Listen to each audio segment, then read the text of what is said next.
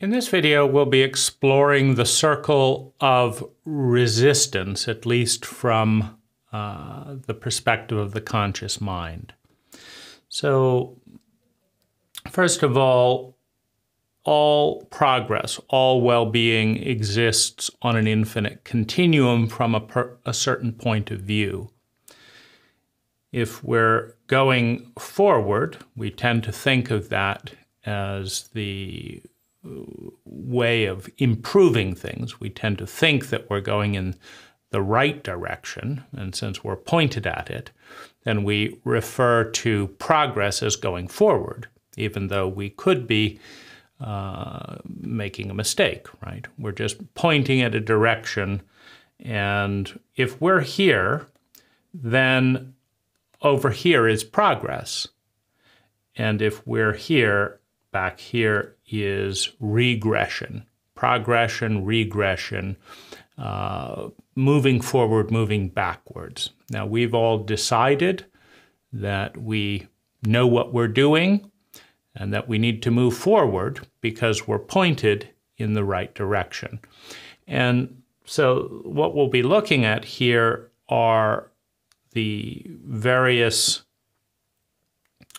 energy patterns, various paradigms of understanding why there are parts of us that want to move backwards, that want to sabotage, that want to delay, that want to hold on to where we are now rather than to take the next step. Because in order to take the next step, we have to change. And so it might be useful to understand that to, quote, move forward, to improve, to evolve, to progress, involves change, and all change involves a cost. So that's important to understand. So we, making the change, have the view that the benefit is worth the cost, that the benefit of growing up is worth, for example, the loss of dependency or innocence or even closeness, right?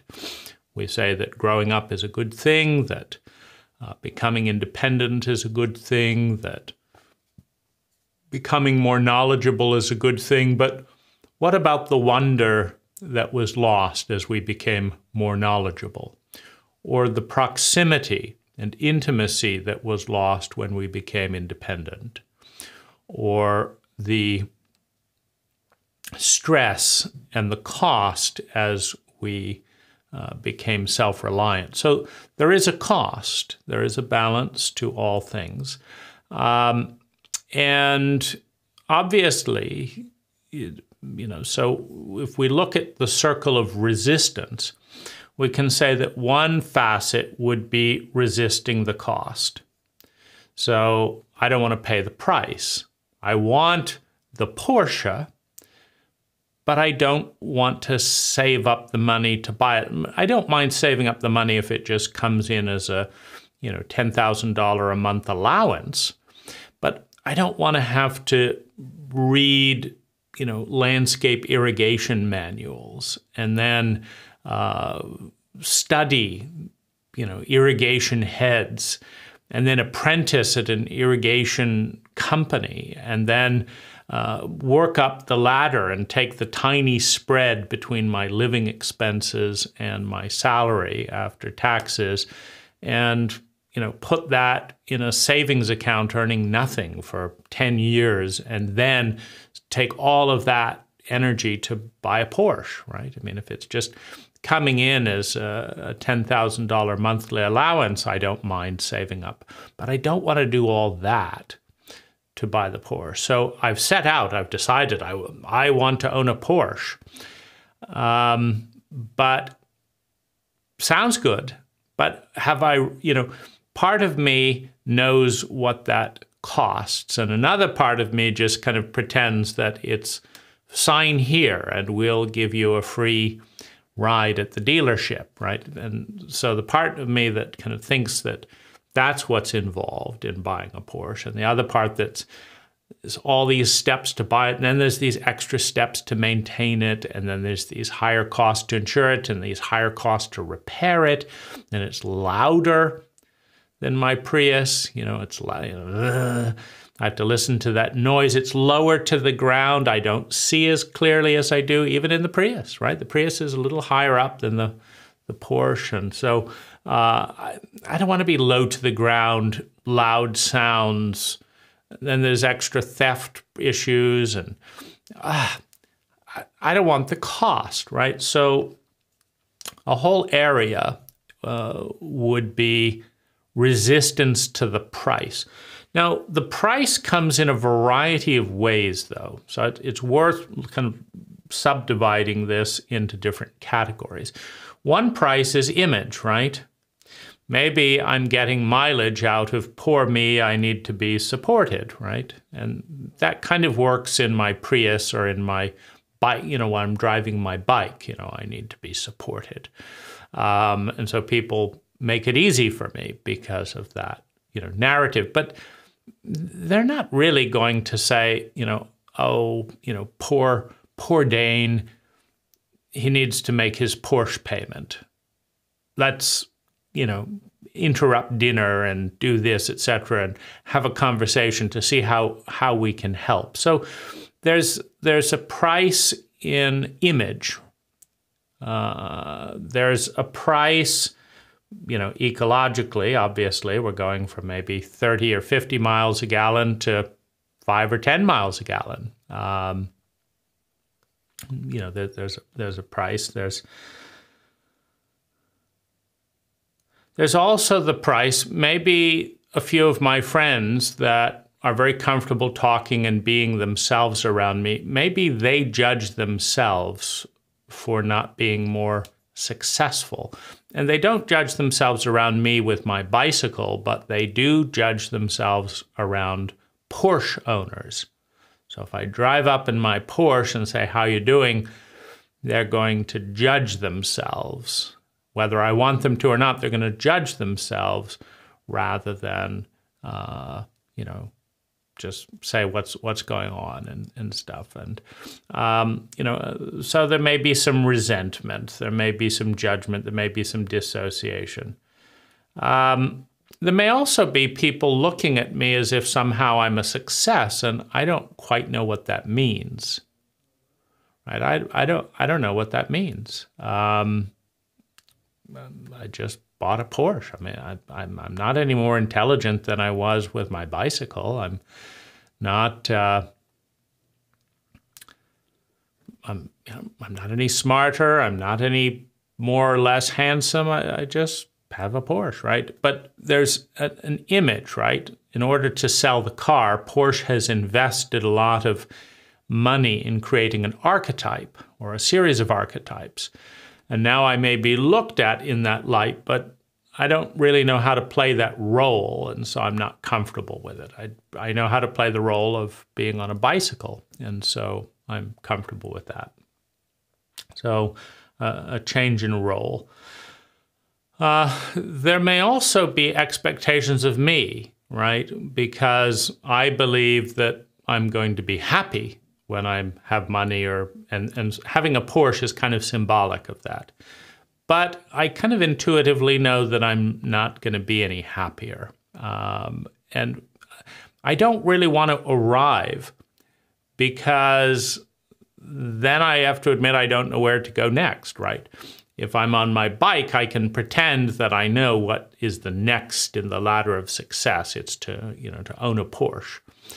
But if I own a Porsche and I'm not really any happier than I did on my bike, I may be a little less. I've got a little bit more of a payment, perhaps, more insurance, a little bit more like I could lose this, someone could steal it. I'm not necessarily more happy. And then you can't really go from there and say, well, I'm actually less happy with the Porsche than I was on the bike. At least I was getting exercise and, you know, this. But if I own a Lamborghini, then I'll be happy. It's louder, lower to the ground, more expensive. People will be more envious or have more of a story. Even less interested in helping me if I say, you know, poor me, I lost my job, I need some help. You know, that's not going to work, right? But so what do? Go back to a bicycle? Like, I sold my Porsche, I went back to the bicycle and, you know, took a huge write-off because, you know, it lost 40% of its value or whatever. You know, then what do, right? And the cult doesn't have a good narrative to say, you know, enjoy bicycling. Maybe we're getting a little bit of that with the ecological influence, but I then have to face the fact that my cult was lying to me. You know, that Porsche, with all its advertising, all the beautiful vintage, you know, it was, all the traffic was supposed to disappear. You ever see a Porsche advertisement stuck in traffic, you know, just 3 hours of rush hour, moving along in an angry, lots of gas fumes, you know, inching along at 1 mile an hour in traffic? No. The advertising team at Porsche, they get permits to clear all the roads. They shut down the road, clear them of cars, and then the Porsche winds around as a magical sight through empty streets. So what I really wanted was to magically move through empty streets, but now I'm really worse off in the Porsche than my bicycle in rush hour. In my bicycle, I could have exercised and you know taken the side lane and all that, but now I'm just stuck in traffic. So I wanted the beautiful woman who disappears as soon as you buy the Porsche. Where is she? She's in all the ads, right? I wanted that. And I wanted all the traffic to be gone. That's in all the ads. I'm just stuck here, low to the ground, you know, and so been lied to. But, you know, you will be happy when you buy a Porsche. Is a pretty simple thing. I can do that. It might take 10 years, may take 5 years. With unlimited credit, I could do it immediately and just have it repossessed perhaps in a few months. But there's no new promise. You will be happy riding a bicycle, or you will be happy just being yourself. Nobody's making that ad because it isn't a very profitable ad to make. And so I will then be at a dead end, not knowing how to pursue happiness, just knowing I'm not very happy. But if I don't quite save up and buy the Porsche, I can still pretend that I know what makes me happy, which is buying a Porsche, but I won't have to call my own bluff or Porsche's bluff or the cult's bluff by actually having one, right? It's only the Porsche owners that realize that having a Porsche doesn't make you happy. It just, you know, just increases your gas bill and whatever. Or maybe there's a sense of community around Porsche owners, or, you know, various things. But there's definitely a cost, and I don't want to pay the cost. You know, the other areas of cost around image change are, for example, they ruined my life. How dare they? They ruined my life. It's all their fault. See, I'm riding a bicycle, right? But if I define riding a Porsche as having arrived and this being the wonderful thing, then they haven't ruined my life.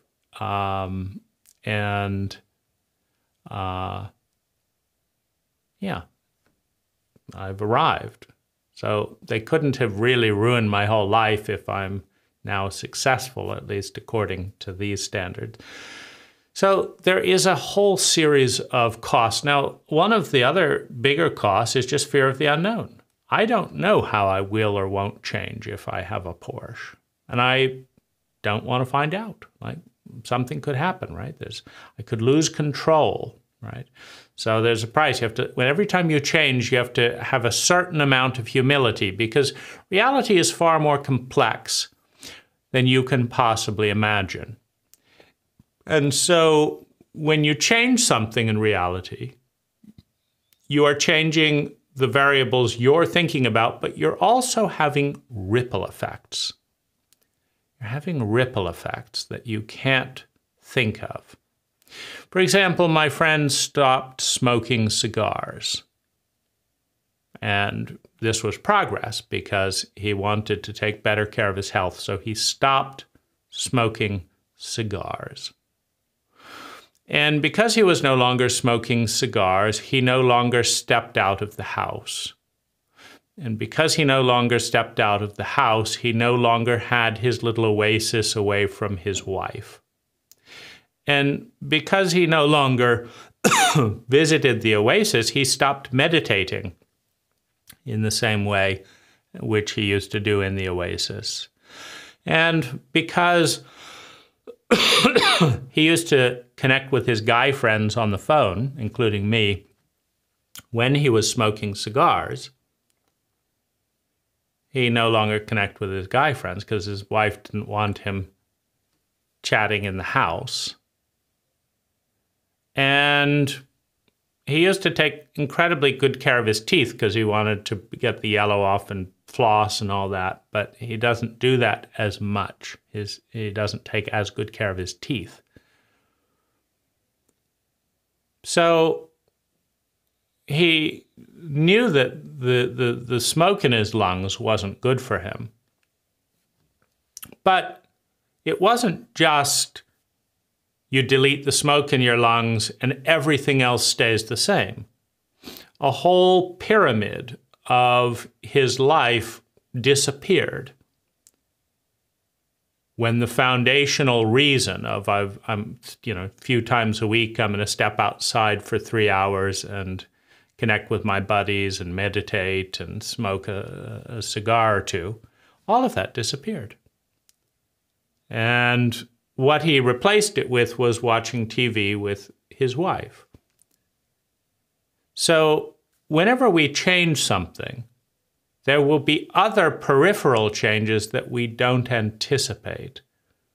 And sometimes those things that we're not measuring, we're not paying attention to, have a bigger impact than the things we are measuring and paying attention to, right? Sometimes the cost is worse than the benefit, right? Paying that cost, losing that, is worse than the benefit, right? And to take the smoking theme a little bit further, I've only met one person in my life that escalated laughter by 700% more than any other person in my life, meaning I laughed around this person 7 times more than any other person in my life, and they smoked all the time. And, I didn't want to be around secondhand smoke, but was it worth giving up on a 700% increase in laughter? They came as a package, right? So a lot of things are linked, I never want to see you again in my life, but I like hanging out with your sister-in-law. But you two are close, right? So I get rid of you, and I get rid of the sister-in-law as a casualty of that separation. And so, one resistance point is the part of us that understands the full ramifications of the cost and doesn't want to pay that price may undermine, may resist what it is that we're trying to do. Another area of resistance comes from disenfranchised areas of self. So reality is really big. We create a dumbed down version of reality by superimposing a mental map and largely relating to our mental map. We largely stop relating to the world, to reality. And we relate to a very large extent to our map of reality. And as a casualty of relating to our map of reality rather than actually relating to reality, there are large portions of ourselves and large portions of reality that go blank, that go dark, right? And so in this triangular map of reality, we've got, awareness of these distinctions and what's going on in here. But outside the boundary of the map, these areas of the self and of the world go dead. And because maps are self-referential, paradigms are self-referential, if I define myself as a materialist, that's a paradigm.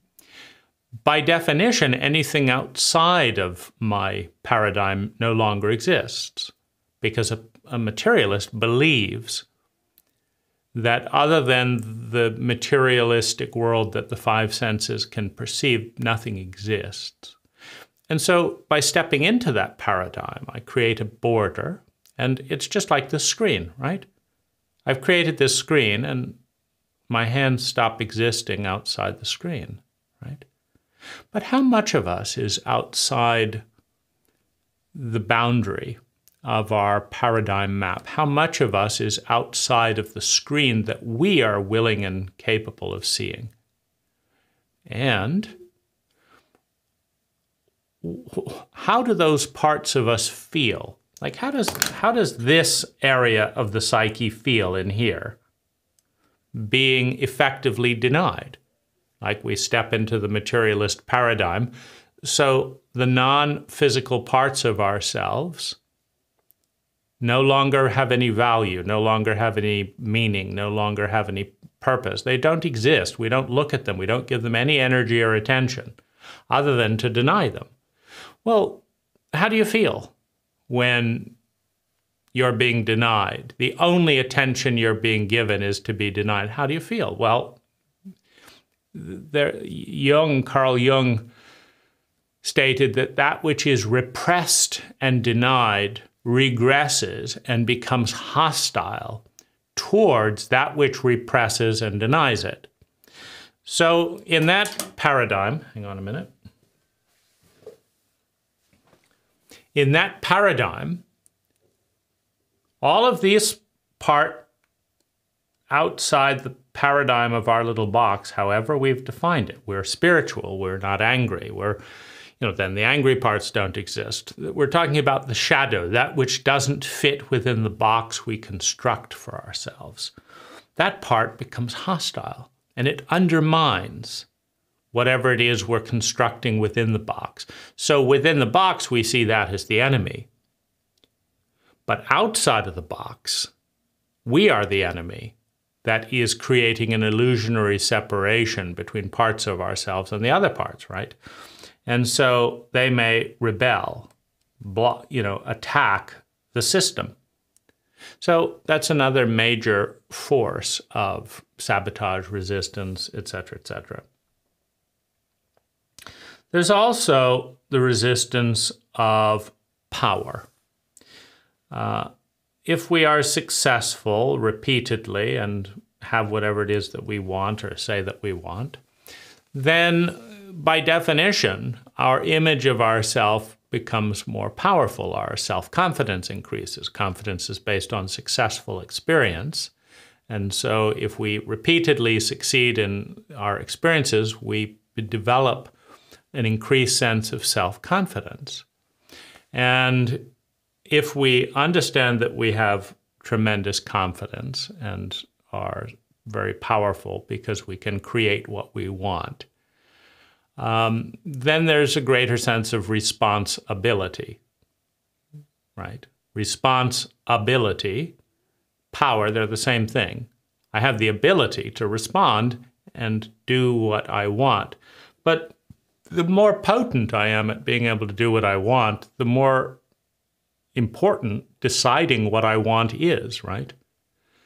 If I say this is the way it is because that's how I want it, then there are costs to that. And it's not only me that pays the cost. Like, I pay the cost of doing this and that, but so do people around me pay the cost. Like, if I buy that Porsche, people around me have to listen to the deeper motor hum. They have to listen to that. It's not just me. They have to breathe the smoke. It's not just me. They have to deal with the CO2 warning. It's not just me. And so the more powerful I am in a dualistic paradigm, meaning a paradigm where there's a benefit and there's a cost, the more my costs affect other people. For example, if I'm president of the country and I decide to not go to war or go to war, then, and I say that's all me, then I killed 17,000 people. I did this. And so many of us are not comfortable at owning the reality. You know, the reality is that if you want to grow a tomato plant, you have to pull out the weeds in the bed and plant the seed and pull out those plants so that your tomato plant will grow. And you have to water it. And if you water it the way most people water it, it's through rubber plastic hoses. And they're not clean energy, right? So there's a cost ecologically, there's a cost to life. Those weeds are dead, right? I called them weeds. Life didn't call them weeds, life called them life. I killed life to create life. But I'm not comfortable. I don't like thinking of myself as a killer. I like thinking of myself as someone who loves plants, but nature and life already had a whole bunch of plants where my house was and where the gardens were. Nature had a whole garden ecology planned and in effect. And because I exist, all that life is dead. And then I've replaced it with a little row, you know, a little row of some grasses, some roses, some this, some that. But I've actually killed ecological life in order to create my rendition of life. And I'm not sure how comfortable I am with that power, with the willingness and ability to destroy things so that other things can be created.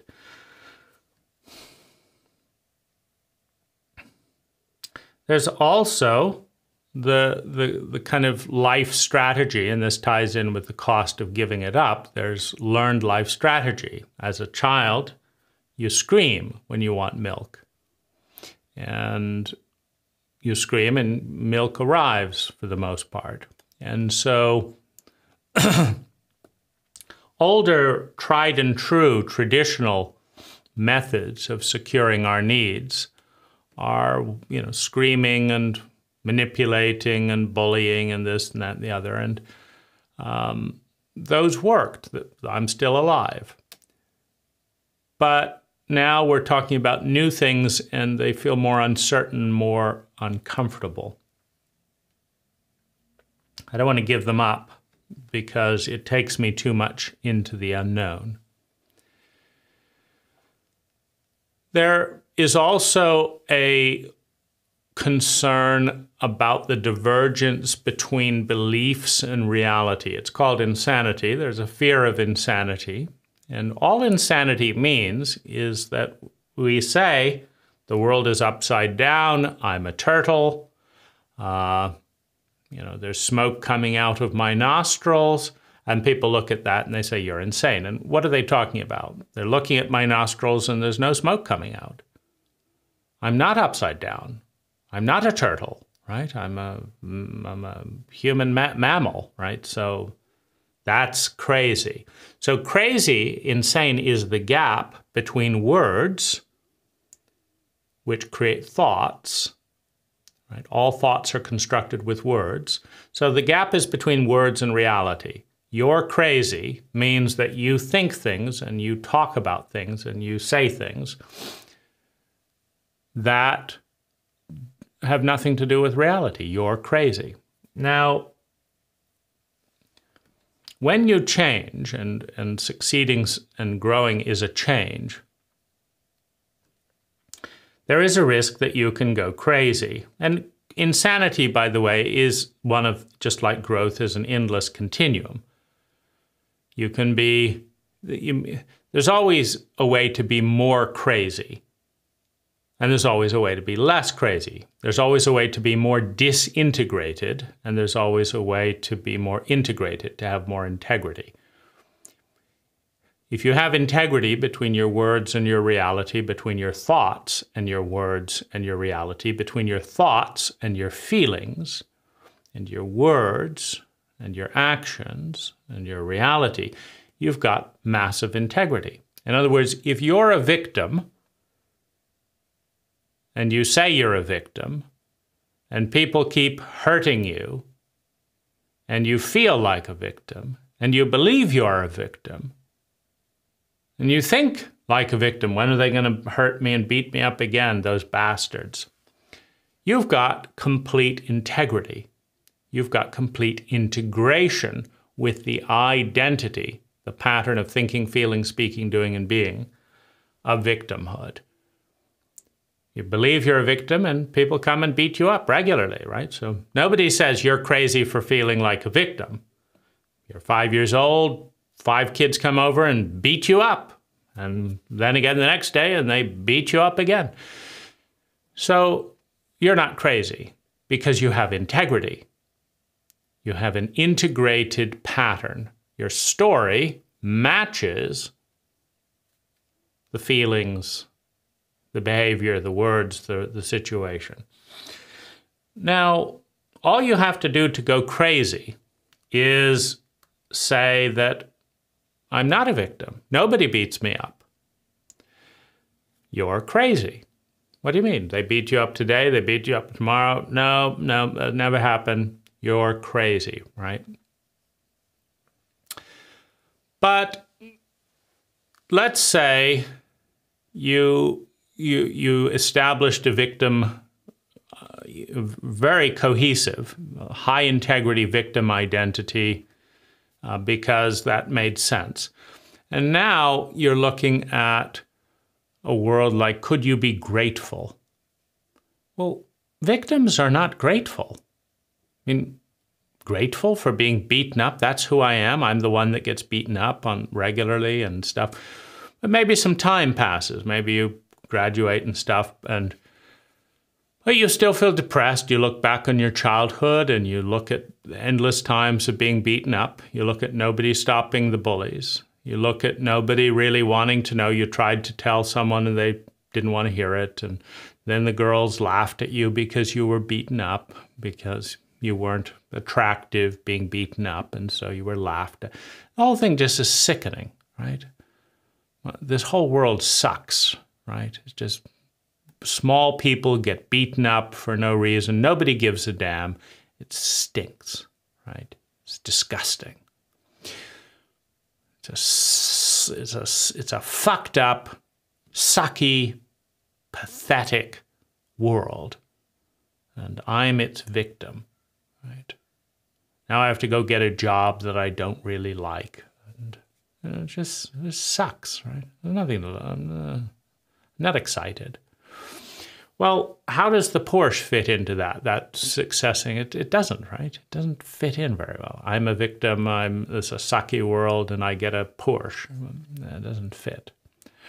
It might fit a little bit if I crash the Porsche on the way home, somebody stole it, then I can be a victim again. So if I, but my point is you move from one identity, whatever it is, I'm a successful person, and then you fail in this, and then you fail in that, and then this happens, and then I'm a successful this, and then your wife leaves you, and then you're sexual, you lost all your money.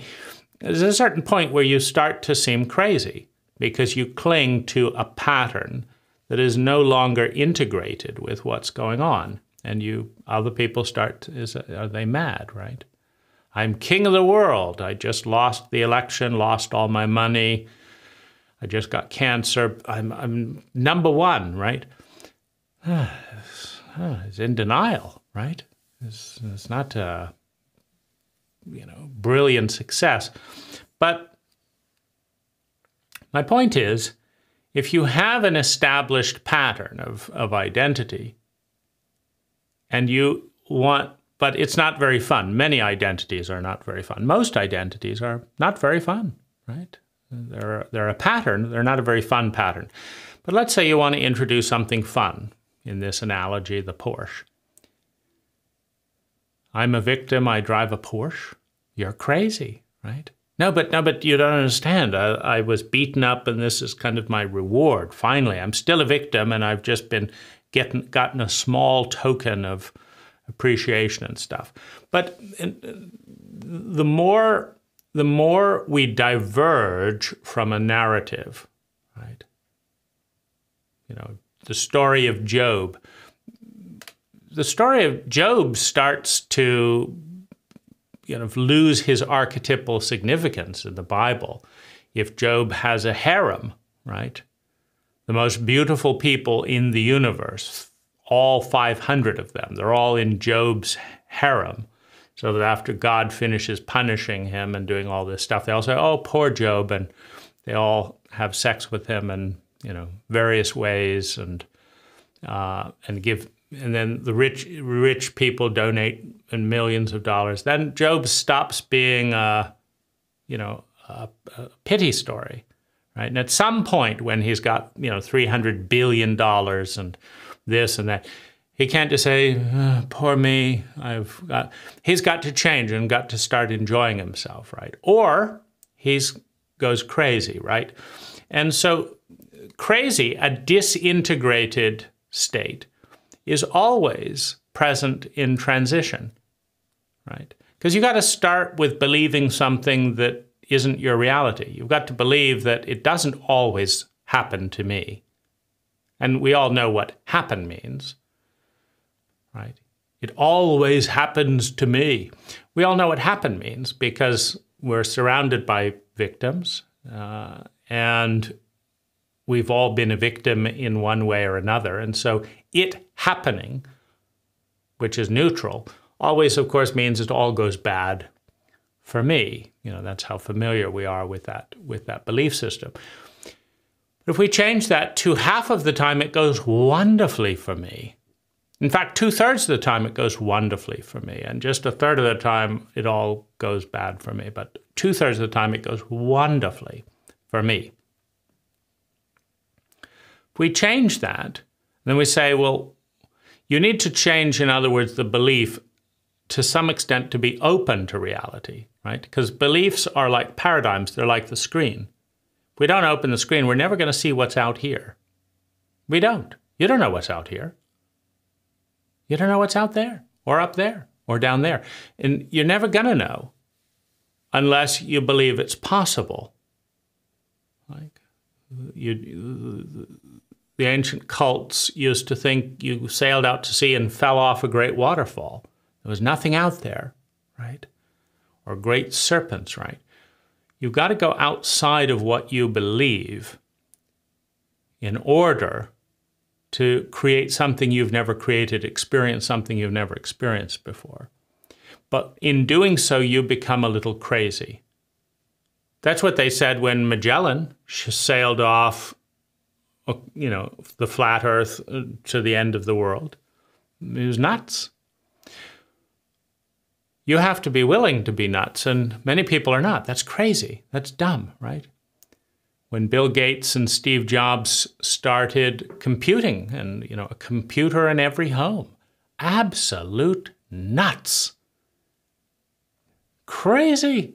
Leaving school early, not getting a nice, cushy job as an attorney. Dimwits. You know, the Wright brothers.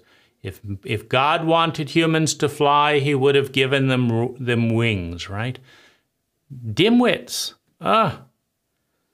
There goes Don Quixote, the dimwit, you know, doesn't know anything, right? Wait till he comes crashing down, right? So you may resist being crazy for a period of time where you might be frightened of going insane. I'm saying this is possible, but part of me only knows this, right? So the fear of insanity, which correlates with the fear of the unknown for both ourselves and other people, the fear of being seen as insane, the fear of becoming insane, of having half of us believe that something's bigger than the reality we know so that we have the humility capable of creating it. We don't want to go crazy. And we feel crazy when we're imagining this wonderful thing and nobody gets it, right? So we don't want to go crazy. Another resistance comes from the fact that the human imagination is profoundly limited. We're limited. The paradigms and words that we can construct as a crude representation of the underlying reality that is so vast we can't begin to comprehend it is tiny. It's the difference between a Google street map and how many millions of subatomic particles are in a single pine cone on a single pine tree on that street, right? Reality is vastly more complex than we are able and willing to imagine. So we create our dumbed down little map of words to interpret that vastness of reality, and we feel somewhat safe in that. But it's never good enough. It's never beautiful enough. It's never true enough. It's never reality. And this is where perfection becomes the enemy of the good, right? We intuitively know that this is not all that is going to be. This is a pathetic step forward, right? You know that. I know that. This isn't the best drawing we could hope for. The part of us that knows that there's something vastly more beautiful, more true, more good than we can imagine also longs for that, also seeks that, seeks wholeness, the wholeness that was there before we divided the one into a triangle, right? Before we pretended that the one was divided into two and that this was the right way. We long for the wholeness, the integration of a great ecology that we are all inextricably a part of. The triangle just doesn't do it justice. And so there's always a part of who we are becoming that is destroying who we are, because who we are becoming cannot exist in the framework, in the box of who we are. This is who we are. But we are becoming more than that. And so the box has to dissolve, has to make room, has to grow in order for more of us that we are becoming to enter the framework.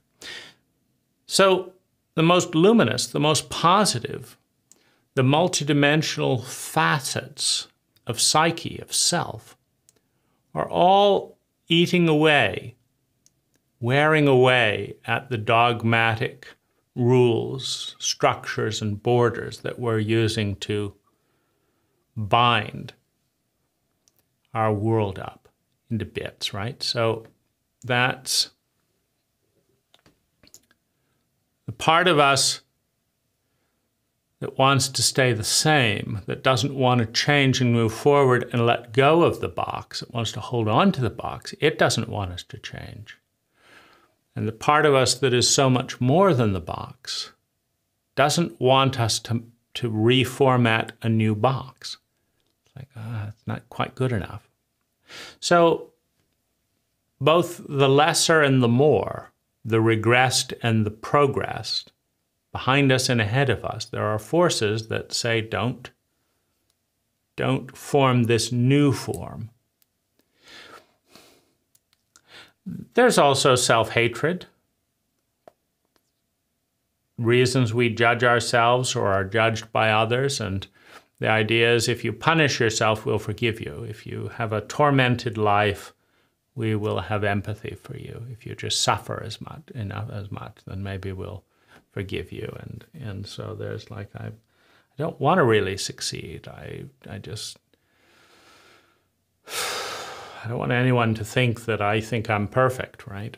And so there's also the fear of being punished, which leads to self-punishment, right? I don't want you to punish me. I'll punish myself. I know I did wrong. Don't punish me. I'll punish myself. So there's also that energy, because we've all made mistakes.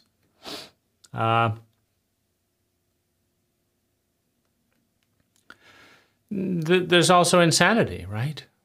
There's no way to improve. We're already there, et cetera, et cetera. Our present insanity can be an enemy of where we want to go.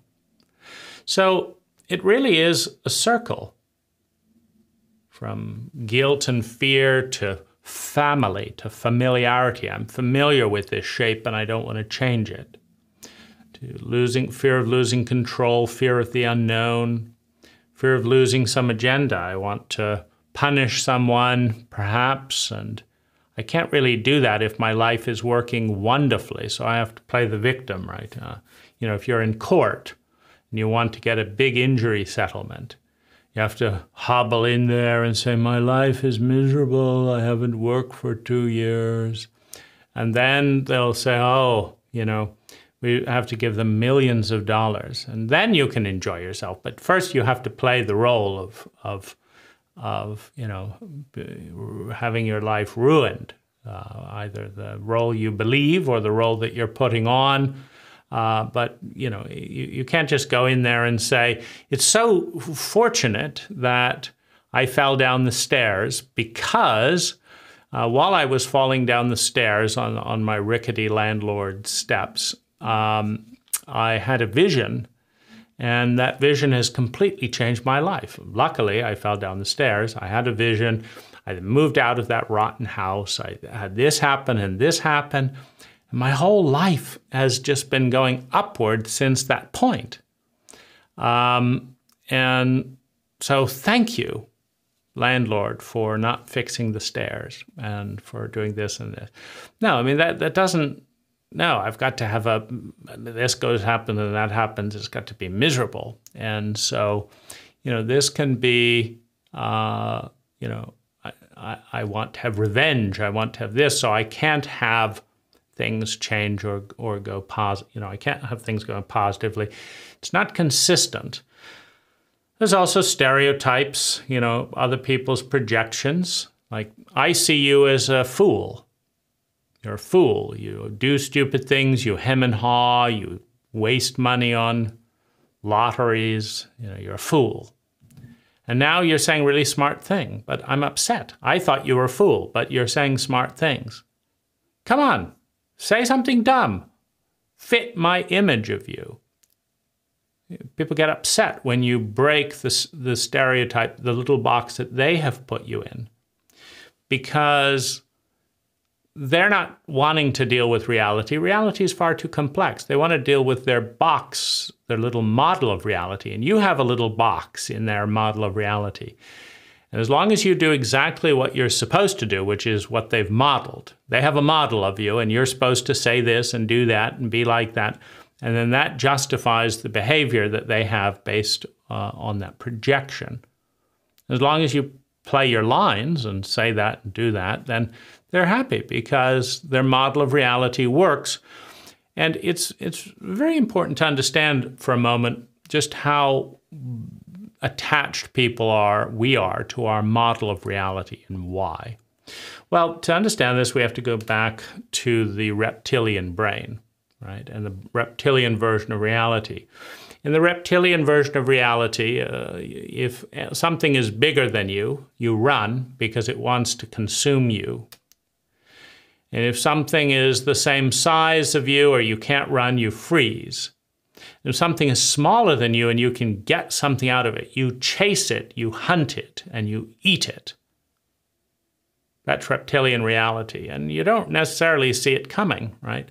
And then comes along the rational brain, the mental brain. And what the mental brain does is it organizes reality, what is, into a series of boxes and patterns. And these boxes and patterns are not real, but they do have a benefit. if you are perceptive and your boxes are well organized, you will be able to predict many areas of the future based on what's happening in the present. In other words, if you're standing on the road, there's a truck driving right at you, and it's driving at, 1 meter a second, and you're 3 meters away, you know that you have 3 seconds to move, or you will be knocked over by the truck. That's useful information. It can calculate when exactly the train's going to arrive, when the plane is going to arrive, all this stuff. So basically, human well-being, the efficiency with which human beings live on Earth, has exploded exponentially with the pattern-recognizing brain. Now, in order to predict the future, which is the superpower of human beings, right? We're not the smartest, we're not the fastest, we don't smell the most, but we can predict the future better than many other creatures on Earth. We can say there will be a paycheck here, and I need to move this pay, and I have enough time to go then pay the landlord, and it's all calculated, it's all organized. And in order to organize and project the mathematics of future projection, every box has to have a value. This one's a 6 plus 4, and then we can equal that this will be 10, right? But in order to project and predict the future accurately, our values, what we assign to the boxes in our lives, have got to be accurate. And we are a variable in other people's boxes. And in order to project and predict what we're going to do and not going to do so that they can live better lives based on being right about what we do and don't do, in order to do that, they've got to have a model of us, and the model has got to fit reality. Like if they have a model of us that we're a cruel, evil person who will undermine them, they've got to keep secrets from us because otherwise we'll undermine them. So if we start being very kind to a child in the park, they have to do one of two things. They have to change their model, which is confusing and upsetting because then their outcome might be wrong. And then that's upsetting, because they're counting on that outcome. Or they've got to make up a story about how our kindness to the child is part of our Machiavellian plot. And then their value stays the same, and then they can believe that their future predicting device, their rational brain, is functioning. Anytime we change the value of who we are, where we upset the projection that the world has of us, of what an American is, what a man is, what you are, what a contractor is. We all have little boxes with values in them that are dumbed down versions of reality that are hopefully right more often than not, right? Hopefully they're right more often than not, otherwise they're counterproductive. But assuming they're right, let's say that, for example, 80% of all home contractors finish their homes late. So if you have a box, oh, you're a home contractor, you finish homes late, right? If you have a box and 80% of the time your box is right, then you're not dealing with reality, you're dealing with your box, but your box is allowing you to be right 80% of the time. And so if you ask me to build your home and you've got that assigned value that 80% of the time a home builder builds a home late, if you ask me to build you a home, you should imagine that it will be built late. And so then you should say, okay, how late? And then like if I say it'll be built in a year, then you say, okay, I'll think 2 years, right? And then you can predict, right? You can plan on moving in 2 years, right? Because 80% of homes get built late. And worst case scenario, it sits empty for a little bit, or you move in early, right? But that's a useful scenario. But anytime that we change, it's a useful calculation based on boxes, probability fields. Anytime that we change, we upset the values that people have assigned to us in projection. And they get very annoyed because then they have to rethink their equation of what's going to happen based on the new value. They don't want to do that, and they're not necessarily even very conscious of it, so it makes them very upset. So one of the things that people do is they try to get us to go back to the way we were so that they don't have to update their equation and they can predict the future because nothing has changed, right? And so this is, you're supposed to feel this when I do this. Hey, feel that. You know, do this, do that, right? Because my model, I'm feeling crazy. I expected you to blow up here. That's what I do. I do this, and then you get enraged, and then I feel like a victim. That's what always happens here. So I did this. You're not blowing up. How can I feel like a victim if you're not shouting at me? This is not right.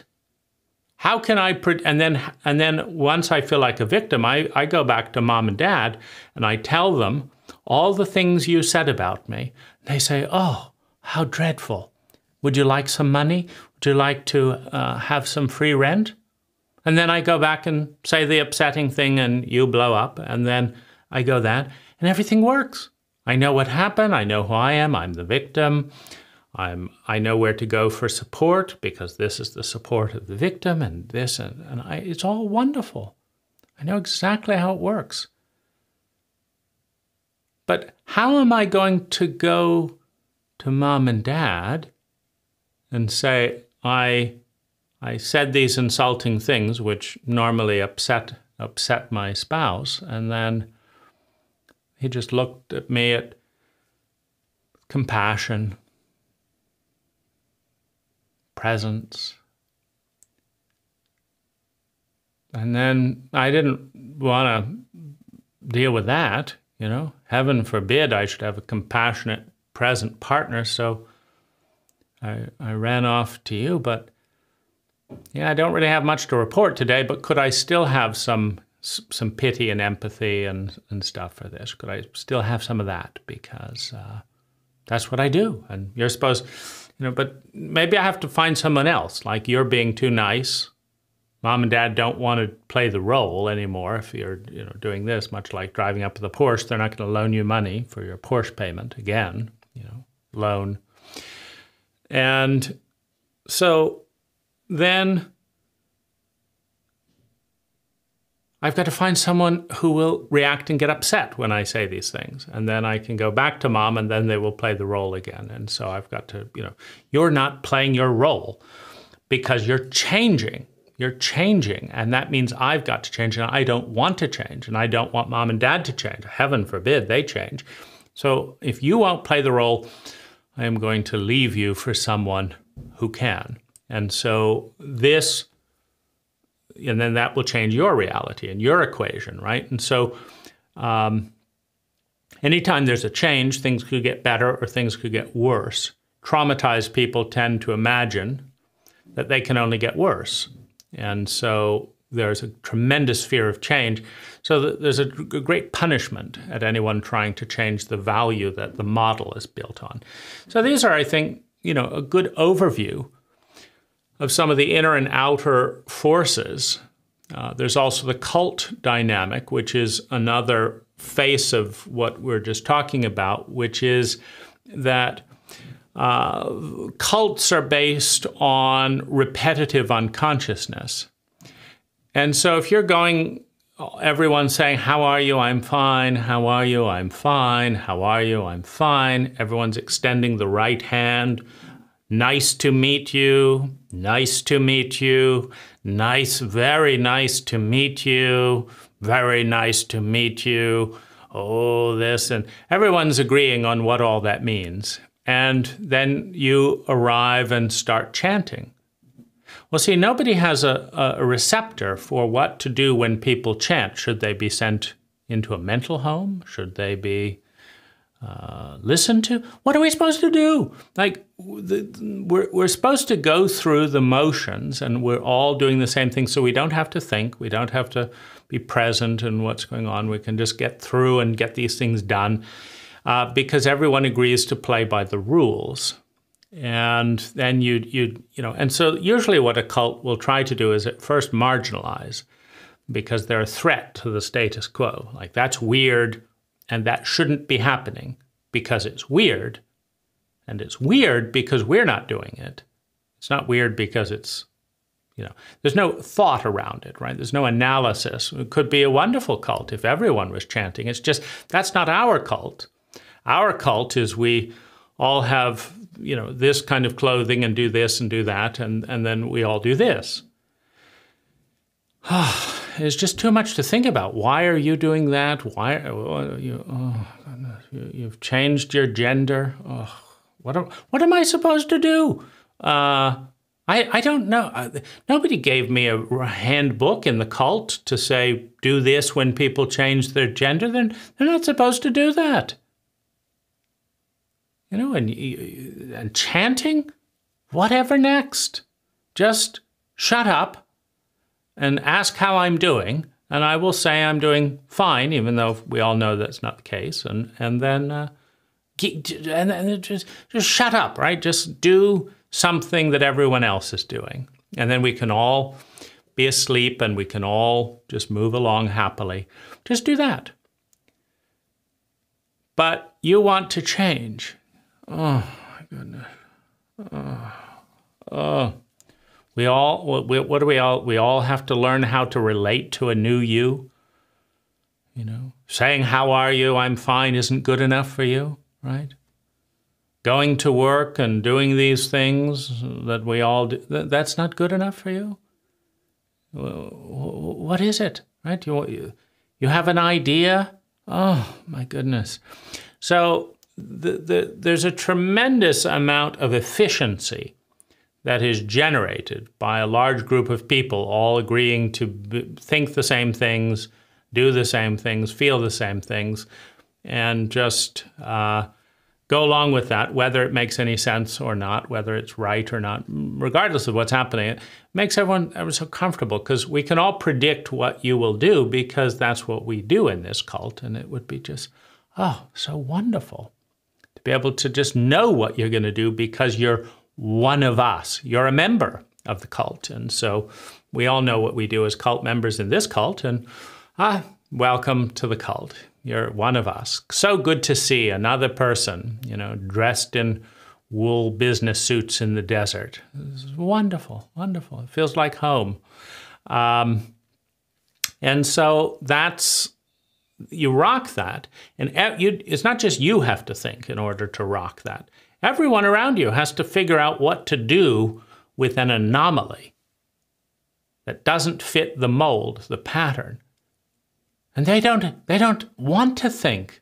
It takes too much energy. And so there's a tremendous force that says, no, we have a mold for you. We've built a mold. You're now supposed to be an addict forever, because now we know what to do with addicts. And so be an addict. Talk about how helpless it is, how you can't get out of it, how your mother beat you and stuff like that. And then we'll give you a free house, and we can live happily ever after. This is the addict surviving in their free house. This is this. But don't recover. Don't become don't be a Buddhist monk now. You were an addict, now you're a Buddhist monk. Well, I guess we could do that if you're a spiritual teacher. But why did you have to say you were an addict then? Right? Go be a spiritual teacher. Go do that. Fine. Give us the keys back to our free house. We don't give free houses to spiritual teachers. So, figure that out. So tremendous pressure to stay the same in all of these different angles. And then there's this life, there's this movement in the moment that says, what about this? What about that? The world could be like this, so much more beautiful, so much more true, so much more good. It's out there in the unknown, beyond the circle. And then there's all these different elements, inside and out, that don't want it to happen. And so hopefully you enjoyed the list.